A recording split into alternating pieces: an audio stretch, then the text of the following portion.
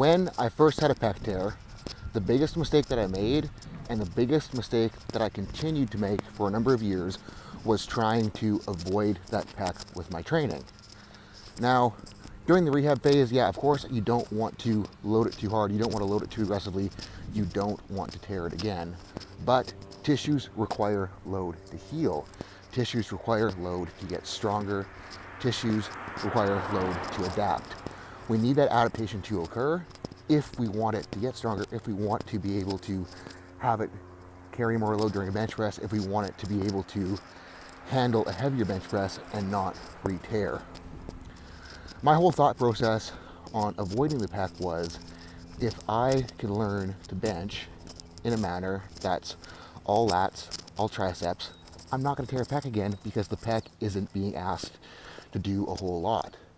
The problem was that whenever I got to a point where the weight was heavy enough that my triceps and lats weren't strong enough to handle the load and the pec started to take over again, that pec would pop again, and it ended up having a whole lot of really frustrating situations where I was super strong for an entire meet prep, and then towards the end when things started getting heavier, when I started to peak, that pec would kick on again, it would have a slight tweak, and my bench was shot come meet day.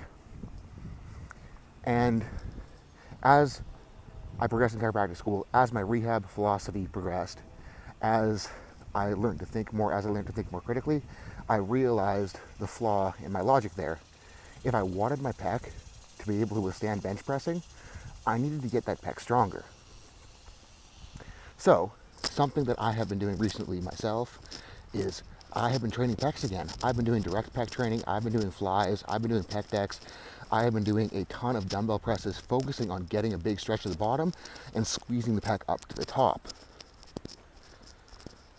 And the hope is that if I get this pec stronger, if I get this pec working better, it is going to work better when it comes time to get under the barbell again to perform a barbell bench press. And so far, things are working out. I've been doing great on my incline work. I'm staying away from flat bench during my diet phase just because I don't really want to flat bench right now, just because I know it's going to be weak with the diet, but you know what? It is what it is. Incline's doing great. Smith machine work's doing great. Machine press is doing great.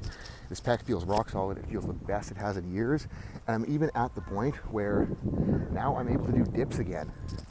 And with the dips, again, another focus is just to bring that pec through a large range of motion under load to get a stretch, to get it to be able to handle that stretch at that range, to get it to contract out of that stretch position and still be strong.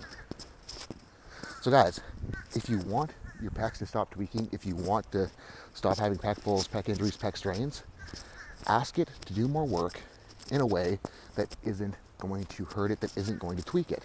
You're gonna have to start light, you're gonna have to start small. Just start with some machine flies, start with some cable crossovers, start with some pec deck, just to get that stretch, just to get that range, just to get that load, and just to get that targeted work to build up resilience in that tissue.